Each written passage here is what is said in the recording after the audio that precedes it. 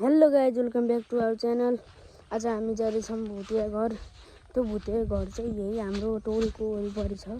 त्यहाँ एउटा गहिरो खोलामा एउटा मान्छे मरेको थियो, त्यहाँ हाम फालेर। त्यही भएर त्यो घरलाई अहिलेसम्म भुतिया भनिन्छ।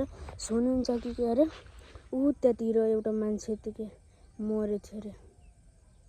अनि त्यहाँ त्यही त्यो घर देख्नु भएन नि हजुरले? देख्नु भएन?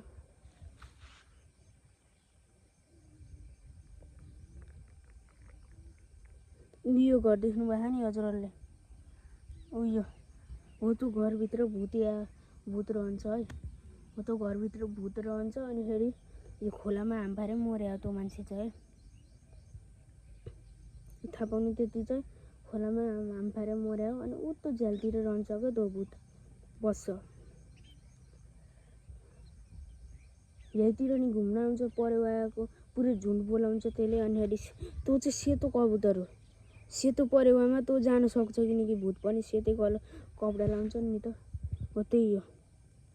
हजुरले जुन घर यता देख्नु भयो नि, हो त्यही घरमा छ। यताको टिनको छाप रहने छ।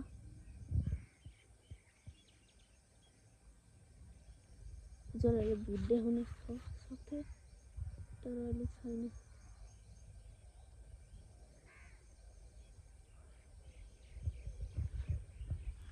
बेलुकातिर चाहिँ यो भूत चाहिँ के अरे, राति डुल्छ क्या। त्यही भएर यसै पुरै झुन्ड बनाएर नि हु गर्दै बस्छ। त्यही भएर भूतहरू रियलमा हुन्छन्। यो हाम्रो भुतिया घर हो पुरै टोलको। अरू टोलमा नि छन् होला यस्तो भुतिया घर। हामी यसको पार्ट 2 धेरै छिटो ल्याउनेछौँ। हजुरहरूले लाइक गरिदिनु भयो भने 100 एम गर्दा 100 लाइक एम गर्छु म। हाम्रो 100 लाइक पुऱ्याइदिनु भयो भने यसमा हजुरलाई म यसको सेकेन्ड पार्टमा घरभित्रै गरेर देखाउनेवाला छु। Bye bye, take care and